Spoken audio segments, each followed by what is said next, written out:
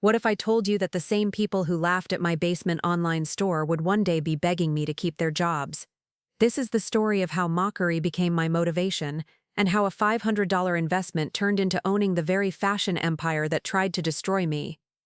I'd love to know which corner of the globe you're watching from. And if this story speaks to you, make sure to subscribe. Tomorrow's video is one you absolutely can't miss. Annabelle Martinez had always been different. While her friends in Phoenix were obsessing over the latest designer trends, she was sketching clothing designs on napkins during lunch breaks at her accounting firm. The corporate world felt like wearing clothes that didn't fit. Everything about it was wrong for her, but she couldn't quite figure out how to break free. It started with a single vintage blazer she found at a thrift store in downtown Phoenix. The piece was beautiful but worn, and Annabelle spent her weekend carefully restoring it, adding modern touches while preserving its classic charm. When she wore it to work the following Monday, 3 different colleagues asked where she'd gotten it. That blazer sparked something she hadn't felt in years: pure excitement. Within a month, Annabelle was spending every evening and weekend hunting through thrift stores, estate sales, and vintage shops across Arizona. She developed an eye for pieces with potential, items that others overlooked but she could transform into something special. Her one-bedroom apartment quickly became a workshop, with a sewing machine squeezed into the corner of her living room and racks of clothes lining the hallway. The online store launched on a Tuesday evening in March. She'd saved up $500 from skipping lunches and coffee runs, investing it all into basic photography equipment and her first batch of inventory. The name Revive Vintage felt perfect. It captured exactly what she was doing, bringing forgotten pieces back to life. Those first few weeks were brutal. Days at the accounting firm felt endless, knowing her real passion was waiting at home. She'd rush back each evening, photographing pieces, writing descriptions, responding to the handful of messages from potential customers. Sales were slow, maybe 1 or 2 pieces a week, but each sale felt like validation. The breakthrough came when a fashion blogger from Los Angeles discovered Annabelle's store. The blogger, Sarah Chen, had been searching for authentic vintage pieces that weren't mass-produced knockoffs. She ordered 5 items and then featured them in a post about sustainable fashion. Overnight, Annabelle's modest online store received more traffic than it had in its entire first month. Orders started pouring in. What had been a side project suddenly demanded more time than her full-time job. Annabelle found herself staying up until 2 a.m., carefully packaging orders and sourcing new inventory. Her apartment looked like a small warehouse, with shipping supplies stacked in the kitchen and clothing racks in every room. The success caught the attention of other people too. Unfortunately, not all of them were supportive. Marcus Blake, creative director at Lux & Company, one of Phoenix's most established fashion retailers, stumbled across Annabelle's store while researching local competition. Lux & Company had been a fixture in Phoenix's upscale Scottsdale district for over 15 years, known for carrying high-end designer brands and catering to the city's wealthy elite. Marcus couldn't understand how someone selling used clothes from their living room was gaining traction in what he considered his market. He screenshot several items from Annabelle's store and shared them in a private social media group for local fashion industry professionals, adding his own commentary about amateur hour operations trying to play in the big leagues. The mockery spread quickly through Phoenix's tight-knit fashion community. Established boutique owners, fashion influencers, and industry veterans began sharing screenshots of Annabelle's store, pointing out everything from her amateur photography to her simple website design. Comments ranged from condescending advice about learning the business to outright ridicule about bedroom entrepreneurs who don't understand real fashion. Annabelle discovered the online harassment through a customer who sent her a sympathetic message, including screenshots of the posts. Reading through dozens of comments from people she'd never met, all laughing at her dream, felt like being punched in the stomach repeatedly. These were supposed to be professionals in the industry she aspired to join, and they were treating her efforts like a joke. The worst part was that some of their criticism stung because it contained elements of truth. Her photography wasn't professional level. Her website looked basic compared to established brands. She was operating out of her apartment, not a proper showroom. But instead of offering constructive feedback or mentorship, they'd chosen to publicly humiliate her. That weekend, Annabelle almost shut down the store. She sat in her cluttered apartment, surrounded by the inventory she'd carefully curated, wondering if she was delusional to think she could succeed in fashion. The accounting job suddenly seemed safe and predictable, even if it made her miserable. But something shifted when she received an order from a customer in Denver. The message included a photo of the customer wearing one of Annabelle's restored pieces to her college graduation. The customer explained how finding unique, sustainable fashion had helped her express her personality during a difficult transition in her life. The piece had made her feel confident and authentic in a way that mass-produced clothing never had. That message reminded Annabelle why she'd started Revive Vintage in the first place. It wasn't about impressing industry insiders or competing with established brands. It was about connecting people with clothing that made them feel genuinely themselves, while also promoting sustainable practices in an industry notorious for waste. The mockery had revealed something important about the fashion industry in Phoenix. The established players were so focused on maintaining their positions that they couldn't see innovation happening right under their noses.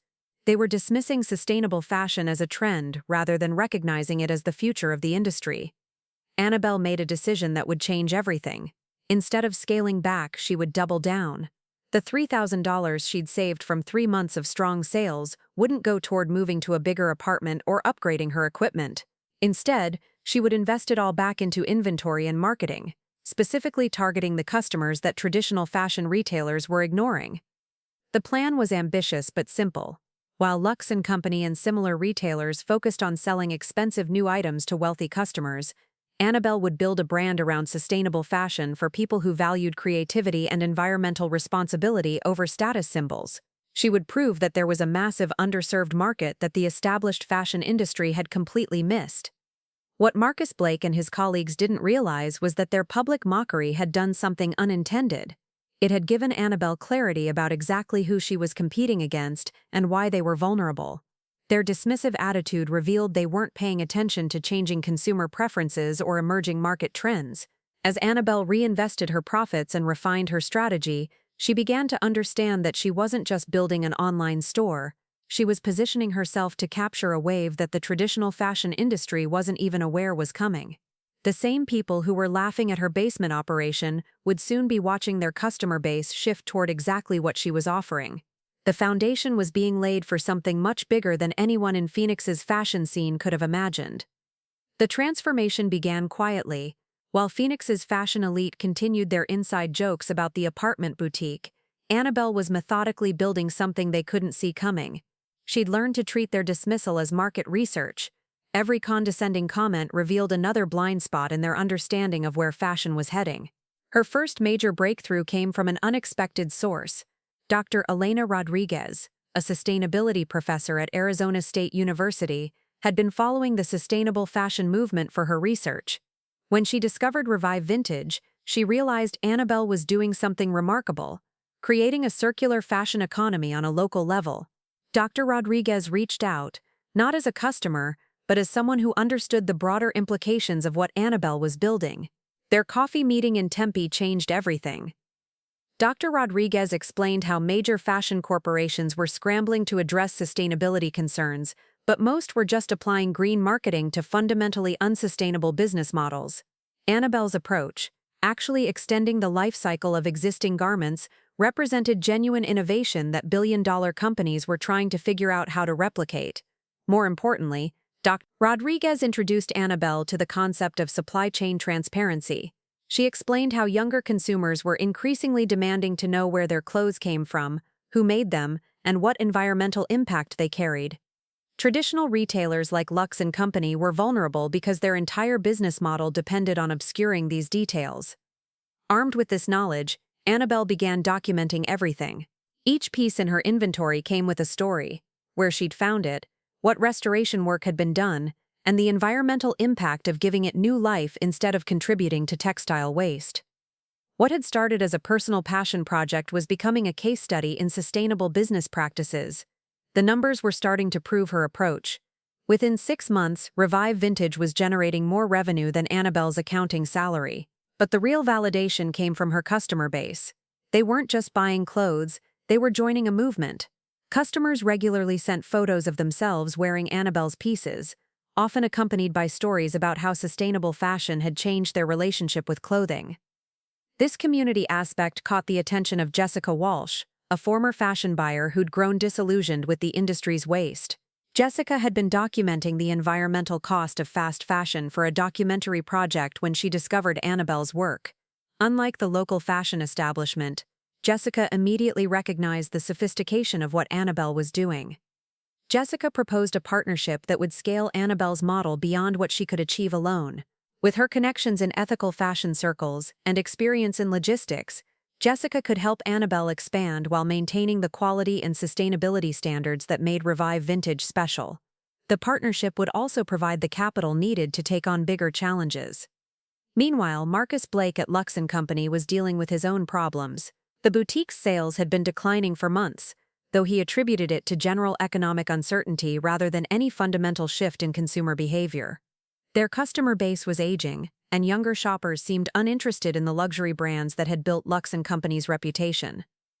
Marcus had noticed increased competition from online retailers, but he dismissed most of them as temporary disruptions. The fashion industry had always been cyclical, and he believed customers would eventually return to the expertise and curation that traditional retailers provided. What he didn't recognize was that the definition of expertise was changing. A lot of love and effort went into bringing this story to life. If you're enjoying it, we'd be so grateful if you'd subscribe to our channel. Now back to where we left off. The first sign of real trouble came when Lux & Company's landlord informed them that rent would increase by 40% when their lease was renewed. The Scottsdale location had been premium real estate when they'd first opened, but rising costs were squeezing retailers across the district. Marcus realized they'd need to dramatically increase sales or find a way to reduce expenses. His solution was to double down on exclusivity. Lux & Company began carrying even more expensive brands, targeting customers who viewed high prices as indicators of quality. Marcus believed that by positioning themselves as the most premium option in Phoenix, they could maintain profitability despite serving fewer customers. This strategy backfired spectacularly. Their existing customers felt alienated by the price increases, while the ultra-wealthy customers they were trying to attract had no loyalty to a local boutique when they could shop directly with luxury brands online or during trips to fashion capitals. Sales declined even further. While Marcus was struggling with fundamental business challenges, Annabelle was experiencing exponential growth. Her partnership with Jessica had enabled them to expand beyond individual vintage pieces into small-batch production using sustainable materials. They were creating new garments using techniques and materials that would have been impossible for a single person to manage. The expanded Revive Vintage caught the attention of national media. A feature in a prominent sustainable living magazine led to wholesale inquiries from boutiques across the Southwest.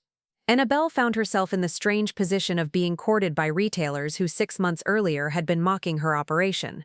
But the real game-changer came when Annabelle discovered that Lux & Company was struggling financially. Through industry connections that Jessica had maintained, they learned that Marcus was behind on rent and had been trying unsuccessfully to find investors. The boutique that had seemed so established and untouchable was actually running on fumes. Annabelle's response surprised even Jessica. Instead of celebrating their competitors' difficulties, Annabelle began studying Lux & Company's business model to understand what had gone wrong. She spent weeks analyzing their inventory, pricing strategies, and customer relationships.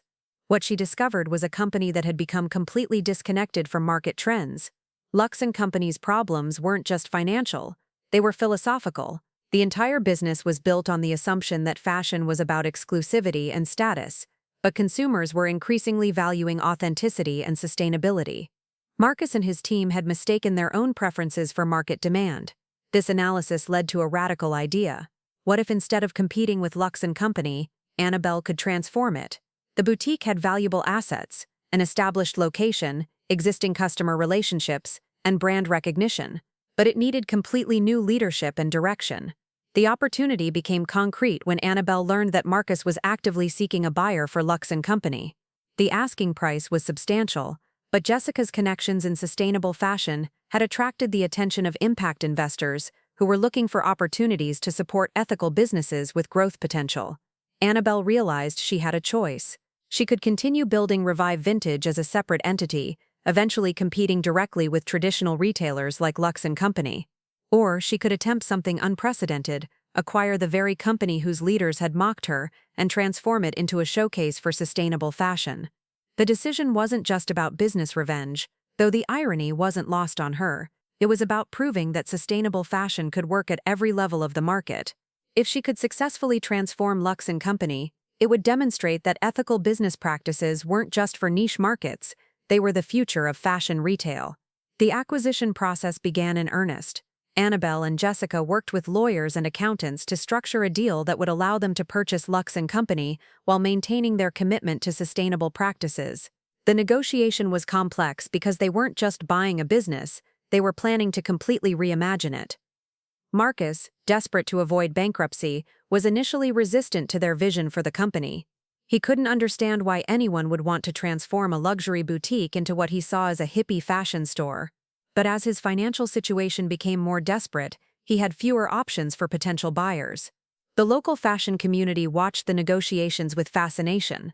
The idea that the person they'd mocked for selling vintage clothes from her apartment might acquire one of Phoenix's most established fashion retailers seemed impossible. Yet the financial realities were undeniable. Annabelle's business was thriving while Lux & Company was failing. During the due diligence process, Annabelle discovered just how disconnected Lux & Company had become from its customers. Their inventory was full of expensive items that had been sitting unused for months. Their customer database showed a steady decline in repeat purchases. Most damaging, their online presence was virtually non-existent in an increasingly digital marketplace. What Marcus had interpreted as temporary market fluctuations were actually permanent shifts in consumer behavior. The customers who had once driven Lux & Company's success were either buying online or seeking out retailers who aligned with their values. The boutique had become a relic of a previous era in fashion retail. As the acquisition moved toward completion, Annabelle began planning the transformation. The physical space would be redesigned to showcase the story behind each piece. The inventory would shift toward sustainable and ethical brands. Most importantly, the staff would be retrained to understand that their role was to educate customers about sustainable fashion rather than simply pushing the most expensive items. The most challenging aspect was deciding what to do about Marcus and the existing team. Some staff members were genuinely excited about the new direction and eager to learn about sustainable fashion. Others, including Marcus, seemed incapable of adapting to a fundamentally different approach to retail. Annabelle realized that successful transformation would require more than just changing the inventory and decor. She needed to build a completely new culture that prioritized customer education, environmental responsibility, and authentic relationships over short-term sales targets. The acquisition was just the beginning of a much larger project. The acquisition closed on a Thursday morning in October. Annabelle stood outside the Scottsdale boutique that had once seemed like an unattainable symbol of fashion industry success, now holding the keys to a business she owned. The irony wasn't lost on anyone who knew the history, but Annabelle had moved beyond thinking about revenge. This was about transformation. The first challenge came immediately. Word of the acquisition had spread through Phoenix's fashion community like wildfire, creating two distinct reactions. Sustainable fashion advocates were excited to see what Annabelle would do with a traditional retail space. Meanwhile, the established fashion crowd was either bewildered or openly hostile to what they saw as an outsider invading their territory. Marcus had agreed to stay on for a 30-day transition period. Though the arrangement was awkward from the start, he struggled to accept that the person he'd dismissed as an amateur bedroom entrepreneur was now his boss. During their first official meeting, he presented what he called a realistic business plan that involved minimal changes to their existing approach. Annabelle listened patiently as Marcus outlined his vision for maintaining Lux & Company's premium positioning while making minor adjustments to inventory. He suggested adding a small section of eco-friendly options to appeal to what he called the sustainability trend. His fundamental misunderstanding of both the market and Annabelle's intentions became clear with every word. The conversation that followed was uncomfortable but necessary. Annabelle explained that they weren't making minor adjustments, they were completely reimagining what Lux & Company could be. The transformation would affect everything from supplier relationships to staff training to the physical layout of the store. Marcus's face went through a range of expressions as he realized the magnitude of what was happening. Within a week, Marcus submitted his resignation. He couldn't adapt to a vision that challenged everything he believed about fashion retail. His departure, while disruptive, actually accelerated the transformation process. The remaining staff members were those who showed genuine interest in learning about sustainable fashion practices. Jessica took charge of the operational transformation, while Annabelle focused on rebuilding the brand identity. The first step was conducting exit interviews with former customers to understand why they'd stopped shopping at Lux & Company. The responses were illuminating and consistent.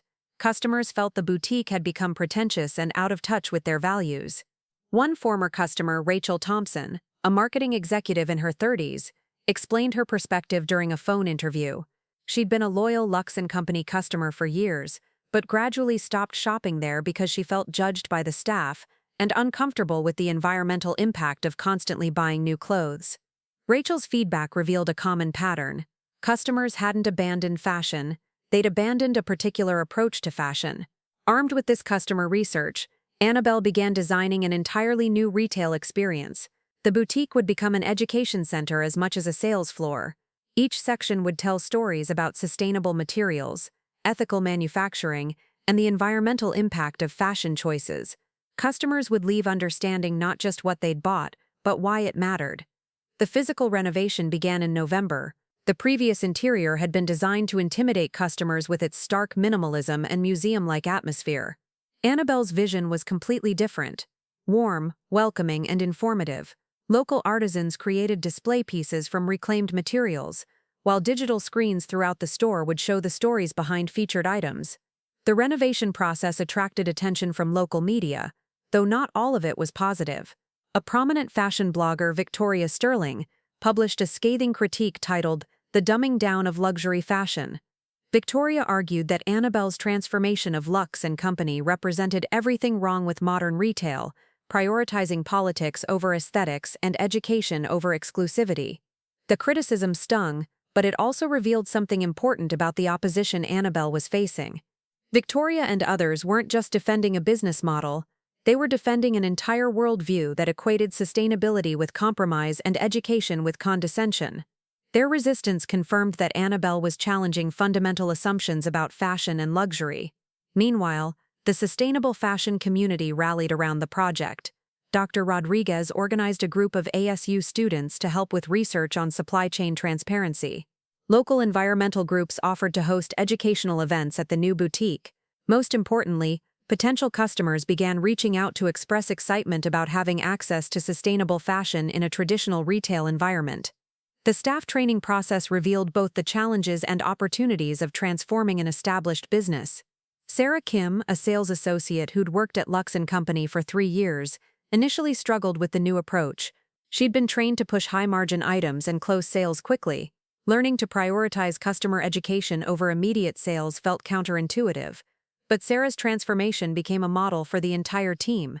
As she learned about sustainable materials and ethical manufacturing, she discovered a passion for fashion that went beyond surface aesthetics. Customers began seeking her out specifically because she could explain the story behind each piece. Her sales actually increased as customers developed trust in her expertise. The inventory transformation was equally dramatic.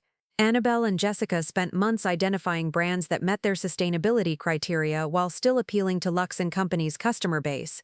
This meant rejecting many popular labels that couldn't document their environmental practices, while discovering smaller brands that were doing innovative work with sustainable materials. One of their most significant discoveries was Elena Vasquez Designs, a small company creating luxury garments from organic and recycled materials. Elena's work had the aesthetic sophistication that former Lux & Company customers expected, but with environmental credentials that aligned with Annabelle's values. The partnership with Elena became a cornerstone of the new inventory strategy.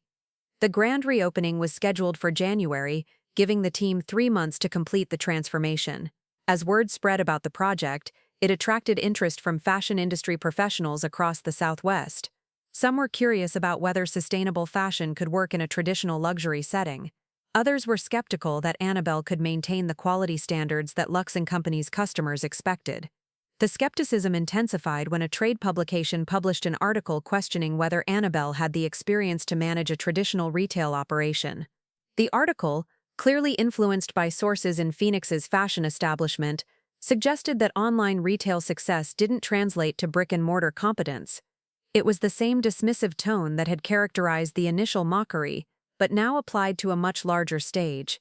Annabelle's response was to double down on transparency. She began documenting the transformation process on social media, sharing both successes and challenges. This approach attracted a following of people interested in sustainable business practices, but it also exposed the project to criticism from those who preferred the mystique of traditional luxury retail. The real test came during a soft opening event for industry professionals in December. Annabelle invited fashion bloggers, boutique owners, and local influencers to preview the transformed space. The guest list included several people who had participated in the original mockery of her online store, creating an undeniably tense atmosphere. Victoria Sterling arrived fashionably late, clearly prepared to find fault with everything she saw. But as she moved through the redesigned space, her expression gradually changed. The educational displays were sophisticated and informative. The clothing selection maintained the quality standards she associated with luxury retail. Most importantly, other guests were genuinely engaged with both the products and the stories behind them. The evening's most memorable moment came when Rachel Thompson, the former customer who'd participated in the exit interviews, encountered Marcus at the event. He'd attended despite no longer working there, perhaps hoping to witness a failure that would validate his previous approach. Instead, Rachel thanked him for inadvertently leading her to discover a retail experience that finally aligned with her values. As the event concluded, several attendees approached Annabelle to discuss potential collaborations. Local fashion influencers wanted to feature the boutique in upcoming content. Other retailers asked about consulting on their own sustainability initiatives. Most surprisingly, two of the people who'd originally mocked her online store apologized and asked about job opportunities. The success of the soft opening validated Annabelle's approach, but it also revealed the magnitude of what she'd accomplished. She hadn't just acquired a failing business, she'd proven that sustainable fashion could succeed in the most traditional luxury retail environment. The transformation was complete, but the real work was just beginning. January's grand opening would be the ultimate test. Could the reimagined Luxe & Company attract customers who would support both the business and its values? Would the Phoenix fashion community accept that their industry had fundamentally changed? Most importantly, would the financial performance justify the massive investment in transformation? As Annabelle prepared for the grand opening, she reflected on how dramatically her life had changed in less than 2 years. The person who'd started selling vintage clothes from her apartment now owned a premium boutique and was being recognized as a leader in sustainable fashion. But the most satisfying transformation wasn't her own success. It was proving that the fashion industry's future belonged to those who understood that style and sustainability weren't competing values. The stage was set for a grand opening that would either cement Annabelle's position as a transformative force in fashion retail or provide ammunition for critics who believed sustainable fashion was incompatible with luxury experiences. Either way, the woman who'd been mocked for her bedroom boutique was about to demonstrate just how much the fashion world had underestimated her vision. The grand opening morning arrived with Phoenix experiencing an unusual January snowfall, creating an almost magical atmosphere around the transformed boutique. Annabelle arrived before dawn to make final preparations, finding Jessica already there, arranging the featured sustainable jewelry collection from a local artisan cooperative. The symbolism wasn't lost on either of them. They were launching something entirely new under conditions that defied expectations. Media attention had been building for weeks. The story of a woman acquiring the very business whose leaders had mocked her resonated beyond fashion circles. Local television stations planned live coverage, while national sustainable living publications had sent photographers to document what they called the future of conscious retail. But the most meaningful validation came from an unexpected source. Dr. Margaret Chen, a fashion business professor at the Fashion Institute of Technology in New York, had flown in specifically for the opening. Dr. Chen had been studying the intersection of sustainability and luxury retail, and she considered Annabelle's transformation of Luxe & Company a potential case study for fundamental industry change. The first customers arrived 30 minutes before the official opening, creating a line that stretched down the block. Among them was Mrs. Dorothy Williams, an 80-year-old woman who'd been shopping at the original Luxe & Company since its first year. She'd driven in from Tucson specifically to see what the young lady with the big ideas had done with her favorite boutique. When the doors opened at 10 a.m., Mrs. Williams was the first customer inside. Her reaction became the defining moment of the day. Instead of the intimidating atmosphere she remembered, she found warm lighting, comfortable seating areas, and displays that told stories about each designer and their commitment to ethical practices. Most importantly, Sarah Kim greeted her like a welcomed friend rather than a potential sale. Mrs. Williams spent over an hour in the boutique, not because she couldn't decide what to buy, but because she was genuinely interested in learning about sustainable fashion. She purchased a cashmere sweater made from recycled fibers, but more significantly, she became an advocate for what Annabelle had created. Her enthusiastic recommendations to friends would drive traffic for months. The morning rush exceeded all projections. Customers weren't just shopping, they were experiencing something entirely different from traditional retail. Parents brought teenagers to learn about ethical fashion choices. College students studied the supply chain transparency displays for class projects. Even skeptics found themselves drawn into conversations about sustainable materials and production methods. The most dramatic moment came when Marcus Blake appeared unexpectedly around noon. He'd clearly been drinking, and his arrival created an uncomfortable tension throughout the store. Several customers recognized him from local fashion events, while staff members weren't sure how to respond to their former boss's unannounced visit.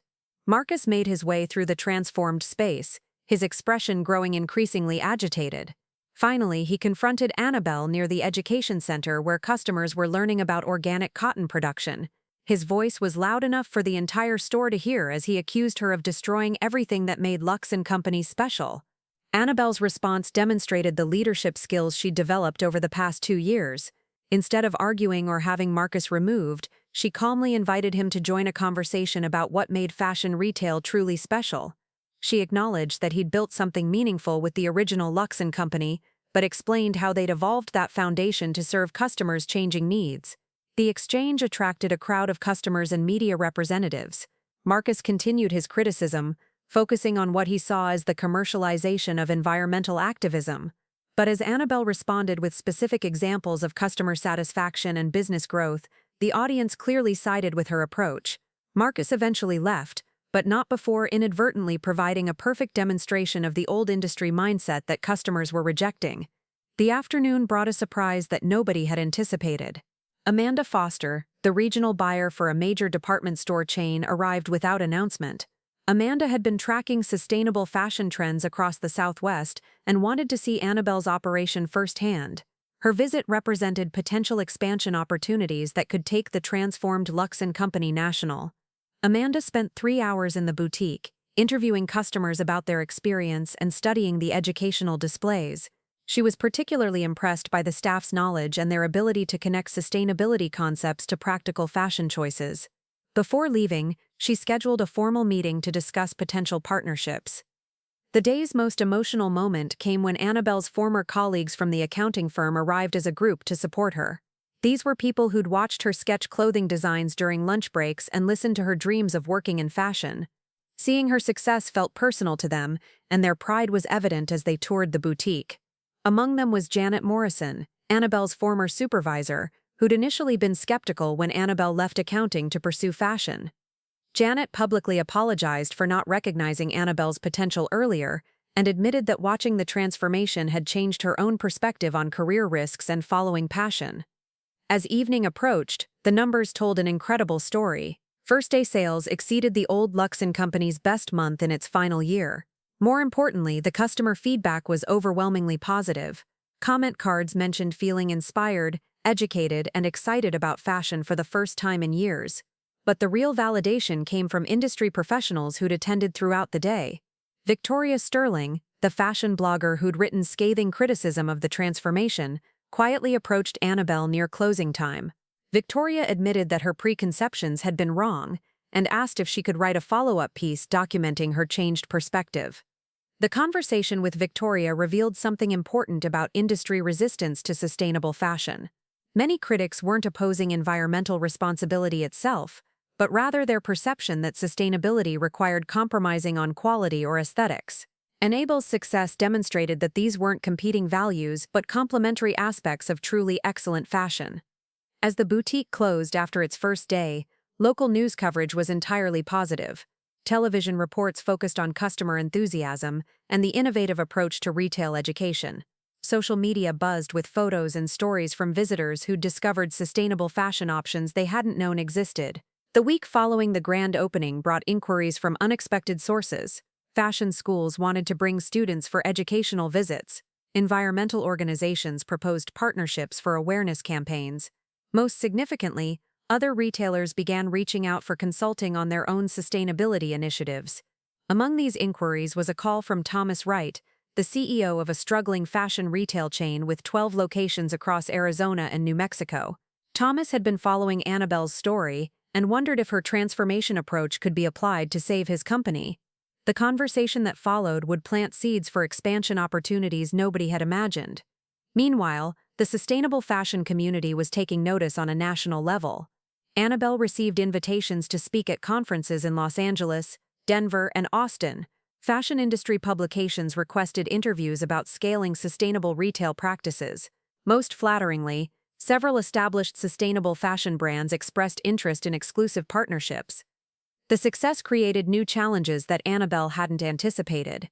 Demand for appointments with their sustainability education consultant exceeded capacity. Customers were requesting personal shopping services focused on building ethical wardrobes. Most pressingly, the boutique's success was attracting attention from larger fashion corporations looking to acquire successful sustainable retail operations. 1 month after the grand opening, the financial results confirmed what everyone could see. The transformation had succeeded beyond all projections. Revenue was up 340% compared to the previous year, while customer satisfaction scores reached levels the old Lux & Company had never achieved. More importantly, repeat customer rates suggested that people weren't just trying sustainable fashion, they were converting to it permanently. The success attracted academic attention from business schools studying retail transformation.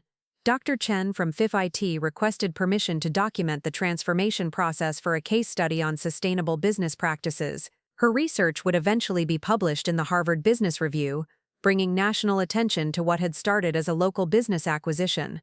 But perhaps the most satisfying validation came from an unexpected source. Elena Rodriguez, the ASU sustainability professor who'd first helped Annabelle understand the broader implications of her work, brought a group of graduate students to study the boutique as an example of successful social entrepreneurship.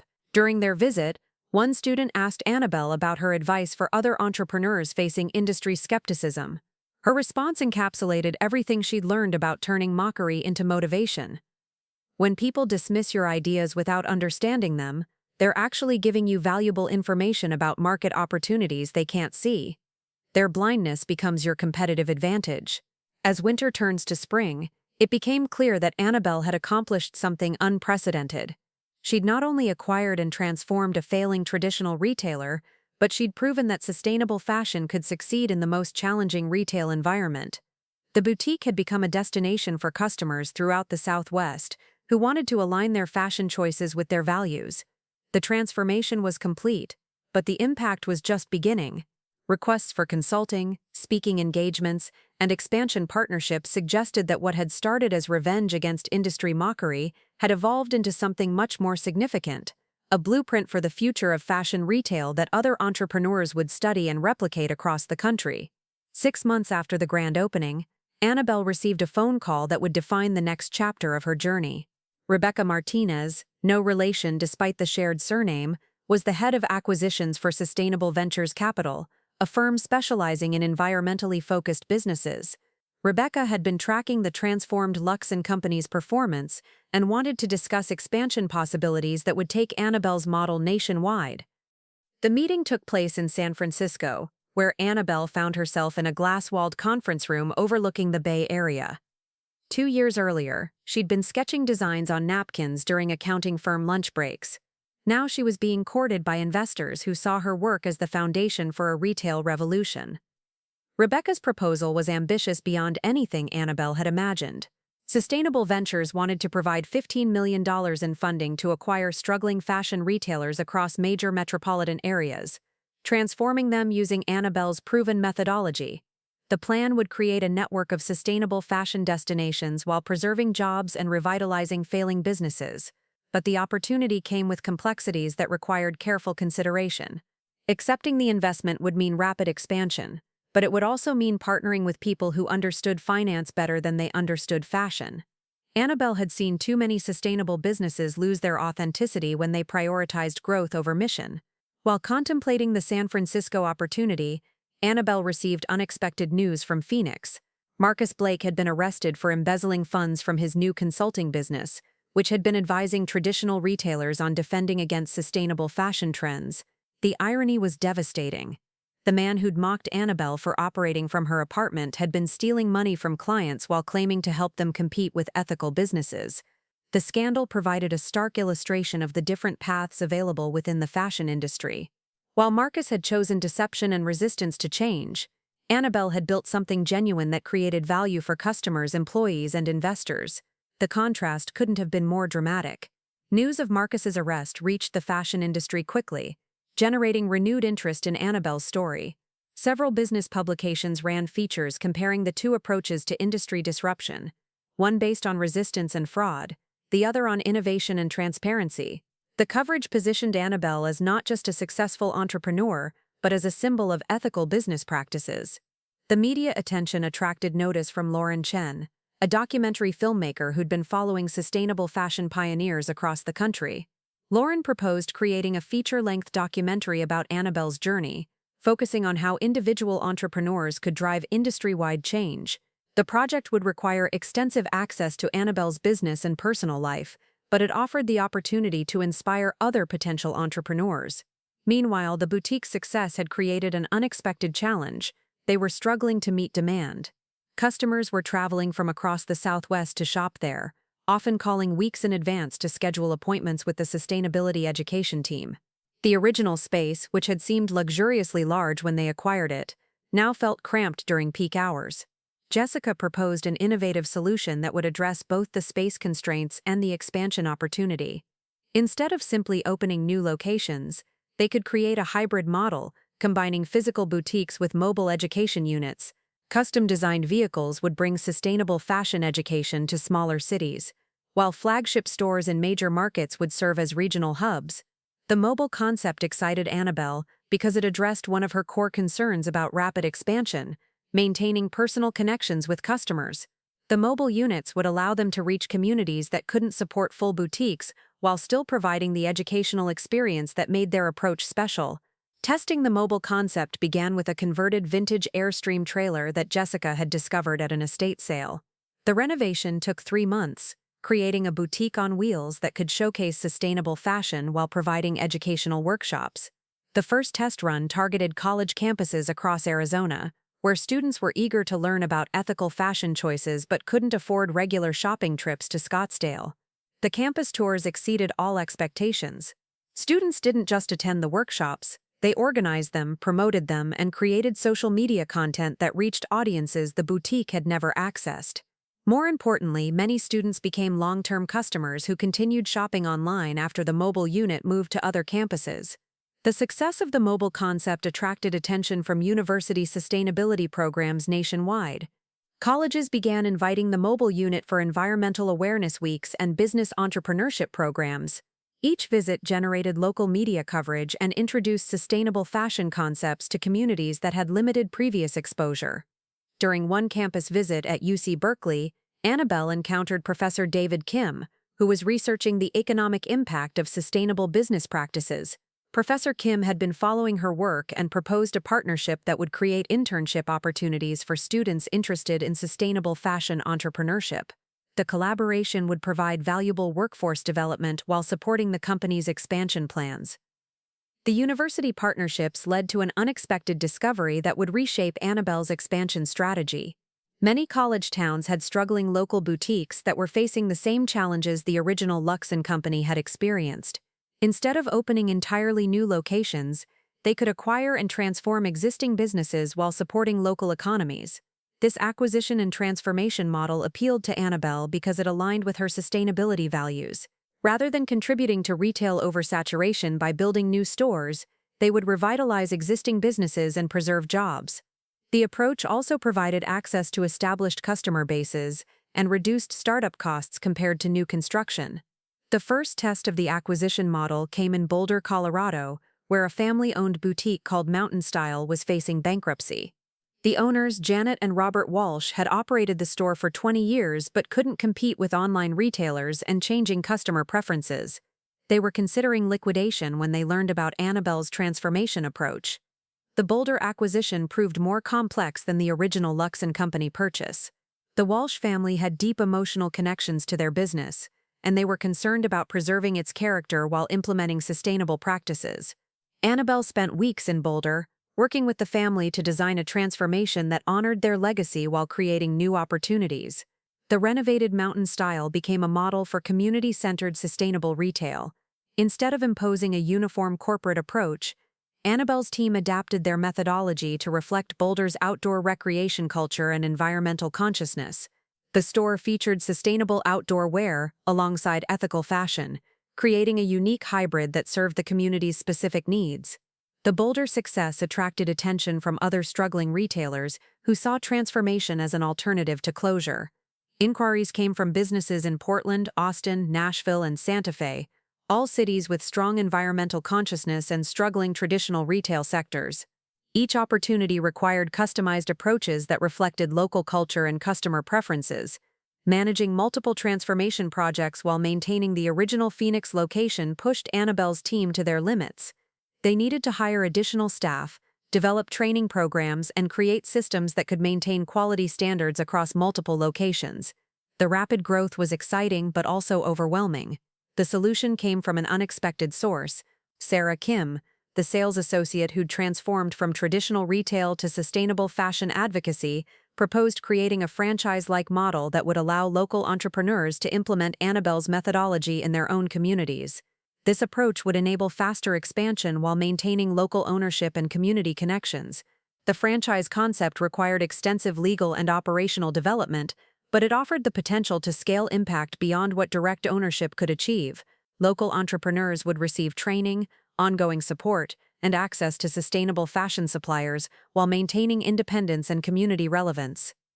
As Annabelle's second anniversary of acquiring Lux & Company approached, the transformation had expanded far beyond a single boutique. The company now operated 4 locations, 2 mobile units, and was developing the franchise program. More importantly, they demonstrated that sustainable fashion could succeed in traditional retail environments across diverse markets. The success attracted recognition from industry organizations that had previously dismissed sustainable fashion as a niche market. Annabelle received invitations to serve on advisory boards for fashion trade associations and sustainability councils. The woman who'd been mocked for selling vintage clothes from her apartment was now being consulted on industry-wide policy recommendations. But the most meaningful recognition came from customers whose lives had been genuinely changed by discovering sustainable fashion. Letters and social media messages poured in from people who'd reduced their environmental impact, discovered new personal style, or started their own sustainable fashion businesses after being inspired by Annabelle's example. One particularly moving message came from Ashley Rodriguez, a high school student in Phoenix who'd visited the boutique on a field trip. Ashley had been inspired to start a sustainable fashion club at her school, which led to a scholarship to study environmental science in college. Years later, she credited that boutique visit with shaping her career path toward environmental advocacy. As Annabelle reflected on the journey from basement online store to multi-location sustainable fashion company, she realized that the mockery that had initially stung so deeply had actually been a gift. The dismissive comments from Phoenix's fashion establishment had revealed market blind spots that became competitive advantages. Their inability to see changing consumer preferences had created opportunities for someone willing to listen and adapt. The story that began with ridicule had evolved into a case study taught in business schools, a documentary subject, and a model being replicated across the country. Most importantly, it had proven that business success and environmental responsibility weren't competing goals, but complementary aspects of meeting customer needs in a changing world. The woman who'd once wondered if she was delusional to think she could succeed in fashion now found herself preparing for a keynote speech at the National Retail Federation's annual conference. The industry that had mocked her was now asking her to teach them how to adapt to the future she'd helped create. The National Retail Federation conference in New York City represented the pinnacle of industry recognition for Annabelle. 3 years after being mocked by local fashion insiders, she stood backstage at the Jacob Javits Center, preparing to address 15,000 retail professionals about the future of sustainable commerce. The irony of her journey had crystallized into this single moment. The outsider had become the industry's most sought-after voice on transformation. Her keynote, titled From Mockery to Market Leadership, Building Authentic Sustainable Retail, drew the largest audience in the conference's history. Major fashion executives, sustainability consultants, and retail entrepreneurs filled every seat, with overflow crowds watching via live stream. The woman who'd once felt intimidated by local boutique owners was now commanding the attention of global industry leaders. The speech itself became a masterclass in authentic leadership. Instead of sugarcoating her journey, Annabelle spoke candidly about the emotional impact of industry mockery and how it had initially made her question her vision. She shared specific examples of resistance she'd encountered and how each criticism had actually helped refine her business model. The vulnerability resonated powerfully with an audience accustomed to polished corporate presentations. The standing ovation lasted 7 minutes, but the real impact became evident in the days following the conference. Retail executives approached Annabelle with acquisition offers for her company, while others requested consulting services to transform their own struggling businesses. The franchise program she'd developed received over 200 applications from entrepreneurs wanting to bring sustainable fashion to their communities.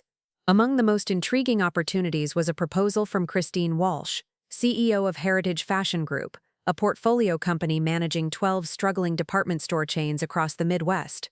Christine had been studying Annabelle's transformation methodology and believed it could save thousands of retail jobs while positioning Heritage as a leader in sustainable commerce.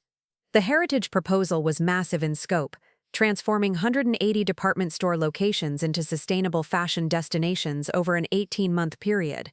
The project would require Annabelle's team to develop standardized training programs, supply chain partnerships, and operational systems that could work across diverse markets from Detroit to Kansas City. But the opportunity came with risks that kept Annabelle awake at night. Working with a large corporation meant potentially compromising the authentic, community-focused approach that had made her original transformation successful. Heritage's shareholders would prioritize financial returns over environmental impact, creating tensions that could undermine the mission. Jessica, who had become Annabelle's closest business advisor, recommended a middle path. Instead of a traditional consulting contract, they could negotiate an equity partnership that would give Annabelle influence over Heritage's transformation while maintaining independence for their own operations. The structure would align financial incentives with sustainability goals while protecting their company's values. The negotiations with Heritage took place over several months, revealing the complexities of scaling sustainable business practices within traditional corporate structures. Heritage's board of directors struggled to understand why customer education and environmental transparency were worth the additional costs, while Annabelle's team worked to demonstrate the long-term financial benefits of authentic sustainability. During this period, Annabelle faced her most challenging decision yet. A private equity firm offered to acquire her entire company for $85 million, providing immediate financial security but potentially compromising the mission that had driven her success. The offer forced her to clarify what success actually meant. Was it personal wealth, maximum business growth, or creating lasting change in how people thought about fashion?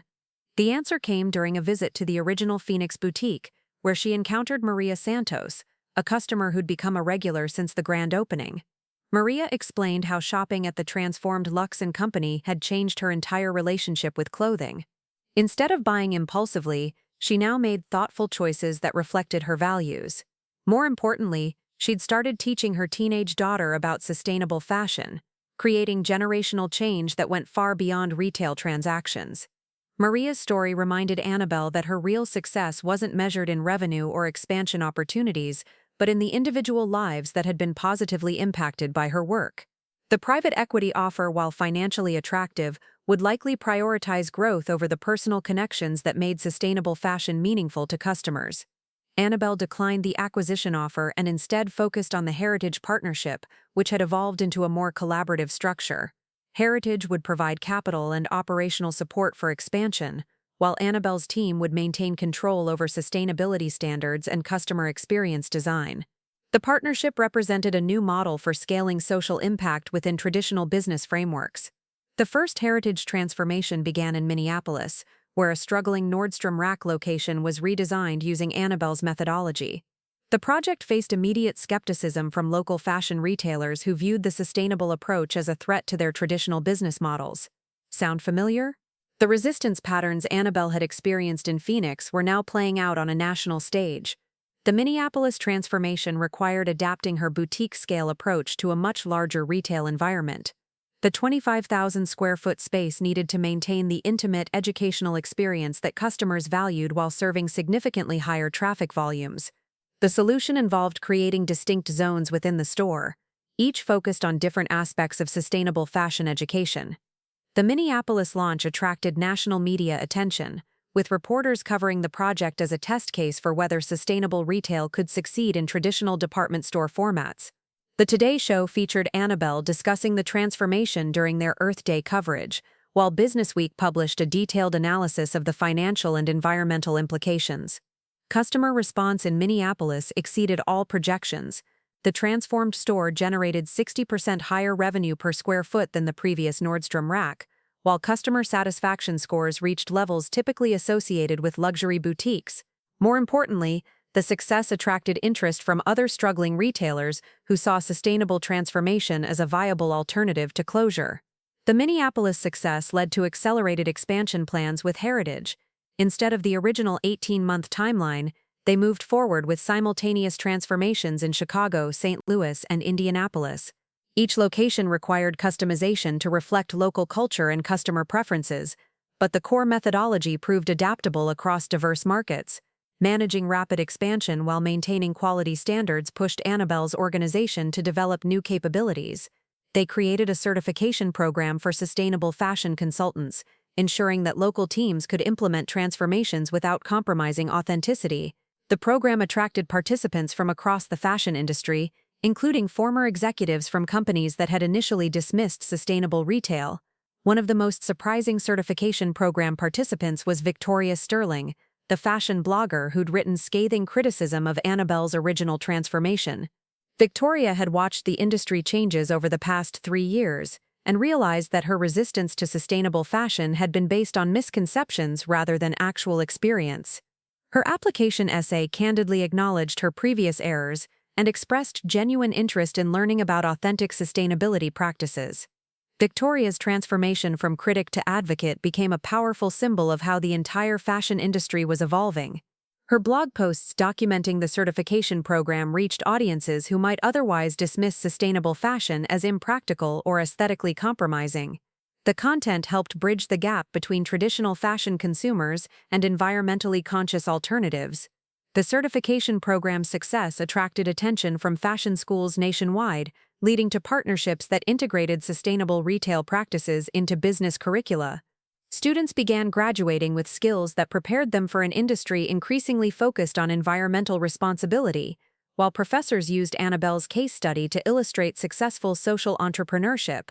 As the Heritage Partnership reached its 1-year milestone, the results spoke for themselves. The transformed locations were outperforming traditional retail metrics while significantly reducing environmental impact. Employee satisfaction scores had improved dramatically, as staff members found purpose in educating customers about sustainable choices rather than simply processing transactions.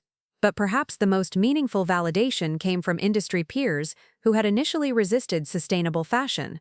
At a fashion industry conference in Las Vegas, Annabelle was approached by Robert Chen, CEO of a major fast fashion retailer, who'd built his business on the exact opposite principles. Robert admitted that watching Annabelle's success had forced him to reconsider his company's entire approach to fashion retail. The conversation with Robert revealed how dramatically the industry landscape had shifted. Companies that had once competed purely on price and trend speed were now struggling to attract customers who increasingly valued transparency and environmental responsibility. Annabelle's success had helped demonstrate that sustainable practices weren't just ethically superior, they were becoming commercially essential. The Las Vegas conference also brought news that Marcus Blake had been sentenced to 5 years in federal prison for his embezzlement scheme. The man who'd mocked Annabelle for lacking industry credibility had destroyed his own career through fraud, while she had become one of the most respected voices in fashion retail. The contrast provided a stark illustration of how different approaches to business ethics led to vastly different outcomes. As Annabelle reflected on her journey from that conference stage in Las Vegas, she realized that the mockery she'd experienced 3 years earlier had been a gift in disguise. The dismissive comments from Phoenix's fashion establishment had revealed market opportunities that established players couldn't recognize. Their inability to adapt to changing consumer values had created space for someone willing to listen and innovate. The woman who'd once questioned whether she belonged in the fashion industry was now helping to redefine what that industry could become. Her story had evolved from personal vindication to industry transformation, proving that authentic sustainable practices could succeed at any scale when implemented with genuine commitment to customer value and environmental responsibility. 5 years after that first mocking comment about her bedroom boutique, Annabelle Martinez stood in the boardroom of the United Nations headquarters in New York, addressing the Global Compact on Sustainable Development. The invitation to speak at the UN had come through Dr. Elena Rodriguez, who now served as an advisor to international organizations on sustainable business practices. The circle had completed itself in ways Annabelle never could have imagined. The UN presentation focused on how individual entrepreneurs could drive systemic change in traditionally resistant industries. Annabelle's transformation methodology had been implemented in over 400 retail locations across North America, creating a ripple effect that influenced major fashion brands to reconsider their environmental practices. What had started as personal vindication had become a blueprint for global industry reform. The Heritage Fashion Group partnership had exceeded all expectations, generating over $200 million in additional revenue while reducing the combined environmental impact of their retail operations by 65%. More importantly, the success had attracted attention from international retail groups who wanted to implement similar transformations in Europe and Asia. Among the most significant developments was a partnership with Kenji Tanaka, CEO of Sustainable Retail Solutions in Tokyo. Kenji had been following Annabelle's work through business publications and believed her methodology could address similar challenges in Japan's struggling department store sector. The cultural adaptation required for Japanese markets would test whether sustainable retail principles could transcend national boundaries. The Tokyo project began with a single location in Shibuya, where a traditional department store was transformed using Annabelle's educational approach adapted for Japanese consumer preferences. The success required understanding how cultural values around quality, craftsmanship, and environmental responsibility intersected with fashion choices. Jessica spent 6 months in Tokyo, working with local teams to ensure the transformation respected Japanese business culture while implementing sustainable practices. The Shibuya store's opening attracted coverage from international business media, with journalists framing it as a test of whether American sustainable retail concepts could succeed in Asia's sophisticated consumer markets. The results exceeded even optimistic projections, with Japanese customers embracing the educational approach and demonstrating strong preference for transparency in fashion supply chains. The international success attracted attention from the Ellen MacArthur Foundation, which recognized Annabelle's work as exemplifying circular economy principles in retail practice. The foundation invited her to join their advisory board, providing a platform to influence policy discussions about sustainable business practices at the highest levels of global commerce. But the most personally meaningful recognition came from an unexpected source. Ashley Rodriguez, the high school student who'd visited the original Phoenix boutique on a field trip years earlier, had graduated from college with a degree in environmental science and started her own sustainable fashion nonprofit. Ashley credited that boutique visit with shaping her entire career path, and she invited Annabelle to speak at the nonprofit's launch event. The event took place in the same Phoenix Community Center where Annabelle had once attended accounting, continuing education seminars. Standing in that familiar space, addressing young entrepreneurs who saw sustainable fashion as an obvious career choice rather than a radical departure, illustrated how dramatically the industry landscape had changed in just 5 years. During the Q&A session, a young entrepreneur named David Kim asked about overcoming industry resistance to new ideas. Annabelle's response encapsulated everything she'd learned about turning skepticism into opportunity. When established players mock your vision, they're actually identifying their own blind spots. Their resistance reveals market gaps that create competitive advantages for those willing to listen to what customers actually want. The Phoenix event also brought news that the original Lux & Company location had been designated as a historic landmark for sustainable retail innovation. The Arizona Commerce Authority recognized the boutique as the birthplace of a retail transformation movement that had influenced business practices nationwide. The designation ensured that future entrepreneurs would learn about the location where sustainable fashion retail had proven its commercial viability. The landmark designation ceremony attracted several hundred attendees, including many of the original skeptics who had mocked Annabelle's early efforts. Among them was Patricia Walsh, a fashion blogger who had participated in the online harassment campaign against Revive Vintage. Patricia publicly apologized for her previous behavior and acknowledged how wrong she'd been about sustainable fashion's potential. The ceremony's most emotional moment came when Mrs. Dorothy Williams, the 80-year-old customer who'd been first through the doors on grand opening day, presented Annabelle with a handwritten letter from customers whose lives had been changed by discovering sustainable fashion. The letter contained over 200 signatures from people who credited the boutique with helping them align their fashion choices with their values. As the ceremony concluded, Annabelle reflected on how the journey had transformed not just her business, but her understanding of success itself. The financial achievements were significant. Her company was now valued at over $150 million, but the real satisfaction came from knowing that thousands of people had changed their relationship with fashion because of work that began in her apartment. The Sustainable Retail Certification Program had grown into an accredited educational pathway, with graduates working at major fashion companies worldwide. Many had started their own businesses using principles they'd learned through Annabelle's methodology, creating a network of entrepreneurs committed to environmental responsibility in fashion. Among the most successful graduates was Thomas Chen, who had transformed a struggling vintage store in Portland into a thriving sustainable fashion destination. Thomas's success demonstrated that Annabelle's approach could work for entrepreneurs with limited resources, not just those with access to major investment capital. His story had inspired dozens of similar transformations across smaller communities. The franchise program had evolved into a cooperative model that allowed local entrepreneurs to maintain independence while benefiting from shared resources and expertise. The cooperative structure reflected Annabelle's belief that sustainable business practices should strengthen communities rather than concentrating wealth and power in distant corporations. The international expansion continued with successful implementations in London, Berlin, and Melbourne. Each location required cultural adaptation, but the core principles of customer education, supply chain transparency, and environmental responsibility proved universally relevant. The global success attracted attention from major fashion brands seeking to transform their own operations. One of the most significant developments was a partnership with Sustainable Fashion Collective, a consortium of ethical brands that had formed to challenge the dominance of fast fashion companies. The collective used Annabelle's retail methodology to create flagship stores in major cities, demonstrating that sustainable fashion could compete effectively with traditional retailers on quality, style, and customer experience. The collective's success influenced policy discussions at national and international levels. Government agencies began exploring regulations that would require fashion companies to disclose environmental impact and labor practices.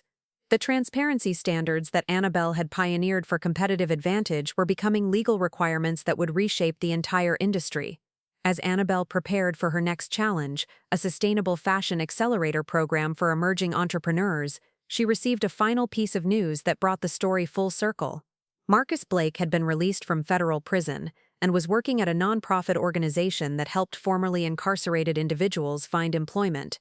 His experience had led to genuine remorse about his previous behavior and a commitment to rebuilding his life through honest work. Marcus had written a letter to Annabelle, acknowledging the harm his mockery and subsequent criminal behavior had caused while expressing admiration for what she'd accomplished. He didn't request forgiveness or expect a response, but simply wanted to take responsibility for his actions and recognize her achievements. The letter arrived on the same day that Annabelle received notification of her selection as Entrepreneur of the Year by the Sustainable Business Network. The contrast between Marcus's downfall and her success illustrated how different approaches to business ethics and innovation led to vastly different outcomes. More importantly, it demonstrated that authentic values and genuine customer focus would always triumph over cynicism and deception. Standing in her original Phoenix boutique 5 years after the transformation, surrounded by customers learning about sustainable fashion choices, Annabelle realized that the mockery she'd once dreaded had become the foundation for everything she'd achieved. The people who dismissed her vision had actually been identifying their own limitations, creating opportunities for someone willing to see beyond industry conventions. The woman who'd once sketched clothing designs on napkins during accounting firm lunch breaks had become a global voice for sustainable business practices. Her story proved that industry outsiders could drive fundamental change when they combined authentic passion with genuine commitment to customer value.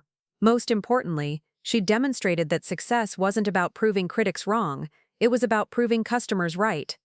The journey from basement online store to international sustainable fashion leader had taken just 5 years, but its impact would influence how future generations thought about business, fashion, and environmental responsibility. What began as a response to mockery had evolved into a movement that was reshaping an entire industry, one transformed retail location and educated customer at a time. As Annabelle looked toward the future, she knew that the real work was just beginning. Sustainable fashion had proven its commercial viability, but achieving truly systemic change would require continued innovation, education, and the courage to challenge established practices. The woman who'd been mocked for her vision was now responsible for ensuring that vision became reality for millions of customers worldwide. Looking for more? We've got two amazing stories ready for you right on screen. If this one touched you, these are absolutely worth your time. Click to watch them now. And hey, subscribe and hit that bell to never miss our latest uploads.